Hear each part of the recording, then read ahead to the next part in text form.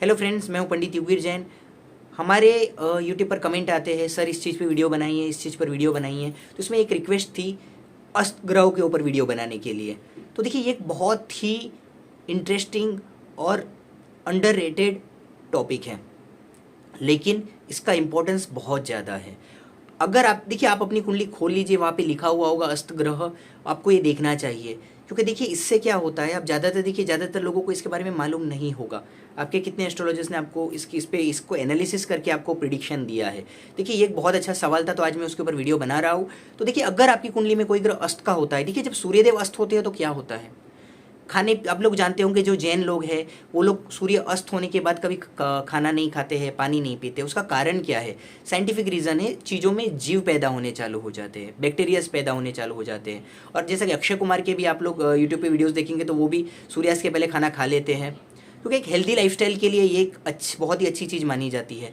तो देखिए, आपको जल्दी पच जाता है, आपको कोई तकलीफ नहीं रहती है। लेकिन उसका एक और सबसे बड़ा रीज़न है जीवों का पैदा होना। लेकिन देखिए, पॉइंट क्या है कि जब तक सूर्यदेव मौजूद है तब तक चीज़ों में जीव पैदा नहीं होते हैं, है ना। ताजी चीज़ों की मैं बात कर रहा हूँ। तो देखिए, आप अब एक चीज़ को समझिए कि उनके अस्त होते ही क्या होता है कि उनका पावर यहाँ से चला जाता है। वैसे ही आपकी कुंडली के अंदर अगर कोई ग्रह अस्त का होता है तो अपना पावर को खो देता है।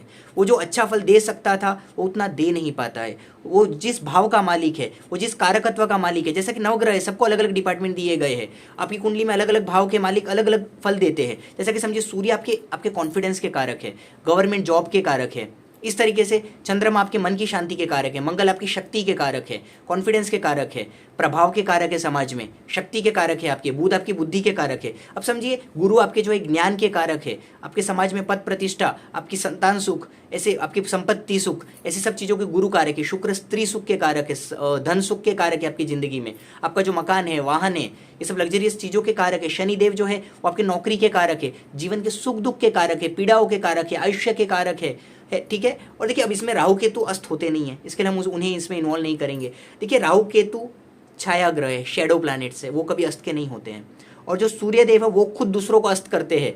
उनसे नज़दीक जब कोई भी प्लैनेट आता है तो वो अस्त का हो जाता है, क्योंकि सूर्य देव की तेज के कारण वो प्लैनेट अपने तेज को खो देता है।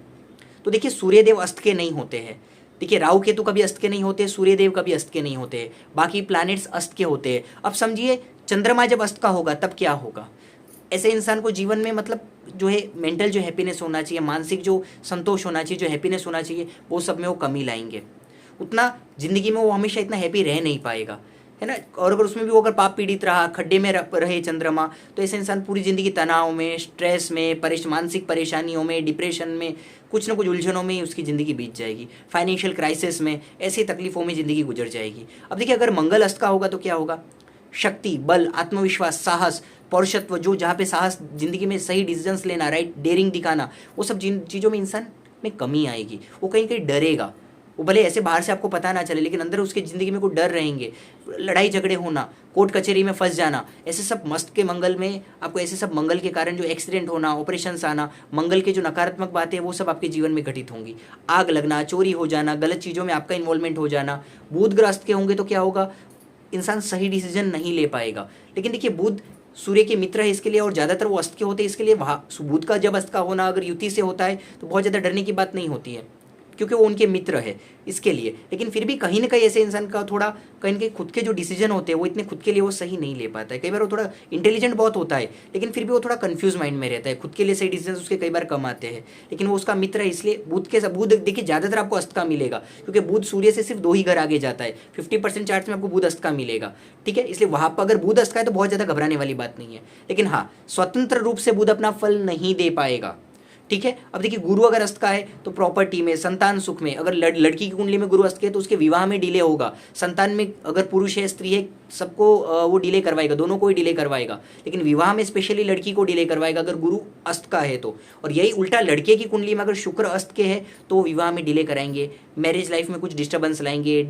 परेशानियाँ लाएंगे, दिक्कतें लाएंगे, लेट होना है, मतभेद होना है। लेकिन इसके साथ साथ देखिए, अगर विवाह का कारक शुक्र अस्त का है और मैरिज का 7वें घर का मालिक भी आपका अस्त का बैठा है, तब ऐसे में मैंने विवाह में बहुत देरी देखी है। 35 साल, 38 साल, 40 साल, 42 ईयर्स, इतनी एज हो जाती है, शादी नहीं होती है।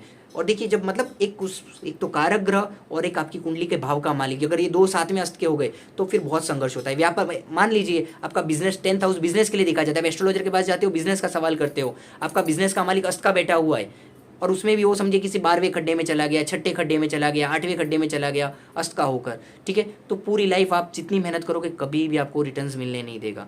पूरी लाइफ आप स्ट्रगल करोगे, आपको कभी भी अपने 100% आप अपने पोटेंशियल तक अपने रिटर्न्स को नहीं पहुंच पाओगे, ठीक है। तो देखिए कारकत्व के साथ भावेश को भी अस्त का अगर आप देखेंगे तो बहुत ही आपको बारीक रिजल्ट्स मिलते हैं। आपको कोई अगर उच्च का भी दिख रहा है और वो अस्त का हो गया तो भी वो आपको जहाँ 100 रुपया दे सकता था वहाँ पे वो खाली आपको 20-30% ही रिटर्न्स यानी कि 20-30 रुपया ही दे पाएगा। तो आपको जो बड़े बड़े राज्य हो गए वो भी वहाँ पे कमजोर पड़ते हैं जब ग्रह अस्त का होता है, ठीक है। तो ग्रह अस्त का होता है तब आपको उसके उपाय करने चाहिए, जाप करने चाहिए। तो देखिए अस्त का जो सवाल था, तो देखिए मैंने आपको बताया इस तरीके से कौन से प्लैनेट अस्त के नहीं होते हैं, कौन से प्लैनेट अस्त के होते हैं तो क्या परेशानियां होती है। तो अपनी कुंडली दिखाते हो या तो खुद भी देखो कौन सा प्लैनेट आपका अस्त का है, किसी को दिखा रहे हो तो जरूर देखो कि आपके, देखिए हम लोग तो जब चार्ट देखते हैं तो ये सब देखकर ही प्रिडिक्शन करते हैं। टेक्निकल बातें बहुत सारा लोगों को समझ में नहीं आता है। अगर हम बोलेंगे अस्त का है तो बोलेगा अस्त का क्या होता है सर, मैं बोलूँगा सर वक्री है आपका एक ग्रह, तो बोलेगा सर वक्री क्या होता है, आप मुझे प्रिडिक्शन बताओ ना खाली कि मेरे को क्या होगा, मिलेगा या नहीं मिलेगा। तो हमको खाली उनको पॉइंट टू पॉइंट आंसर देना पड़ता है, लेकिन हम लोग ये सब चीज़ें देखते हैं, ठीक है। तो अगर आपके जो भी एस्ट्रोलॉजी के पास जब जाते हो उनको पूछ लो कि क्या आप भी देखते हो या नहीं देखते हो।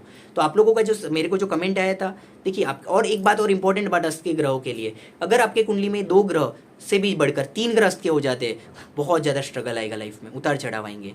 3 ग्रह 4 ग्रह इंसान को जड़ बना देते हैं, शास्त्रों में इसे बहुत खराब कहा गया है। अगर 3 ग्रह अस्त के तो बहुत खराब कहा गया, उससे भी बढ़ के 4 ग्रह 5 ग्रह अस्त के हो जाते हैं अगर, तो फिर समझिए बहुत ही ज़्यादा स्ट्रगलफुल लाइफ होगी। तो देखिए कम से कम आप इस चीज़ों को, उन ग्रह अस्त के ग्रहों का अगर आपको पता चल गया तो उनका जप करके, उनका दान करके, उनका व्रत करके आप उनको प्रसन्न करके उनकी पीड़ाओं को कम तो कर सकते हो। तो ये सब बातें जानना, अच्छे एस्ट्रोलॉजर को उनकी प्रॉपर फीस पे करके, उनका प्रॉपर टाइम बुक करके कभी भी सही तरीके से जानकारी हासिल करना चाहिए, ठीक है। अभी हम लोग फ्री लाइव में आते हैं तो कई लोग फिर बाद में फ़ोन करते हैं हमें, उनको कितने लोगों को हम रिप्लाई करेंगे। जब लाइव में आते हैं तभी फ्री लेते हैं हम लोग, बाद में अगर कोई भी कॉल करता है तो हमारी टीम डिस्कनेक्ट करवा देती है, ब्लॉक कर देती है। पूरा दिन देखिए हम लोग भी अपने कामों में रहते हैं, लोगों ने पे किया हुआ होता है, हम भी पूरा दिन फ्री नहीं होते। तो अगर ऐसा फ्री के लिए लोग फ्री में पूरा दिन कॉल करेंगे तो हम उन्हें जवाब नहीं दे सकते हैं। वो हमारा भी एक फ़ीस होता है, एक टाइम का हमारा भी एक वैल्यू होता है। तो चलिए ऐसे इंटरेस्टिंग वीडियोज़ आपके लिए लेके आते रहेंगे। लाइक शेयर सब्सक्राइब करिए अगर आप ऐसे इंटरेस्टिंग वीडियोज़ देखना चाहते हैं। और हम लोग रात के टाइम पे लाइव भी आते हैं, वीकली 2-3 बार तो आते ही है हम लोग, तो आप लोग उसमें भी जुड़ सकते हैं, फ्री में अपनी कुंडली दिखा सकते हैं। चलिए मिलेंगे अगले वीडियो में, चलिए तब तक के लिए धन्यवाद।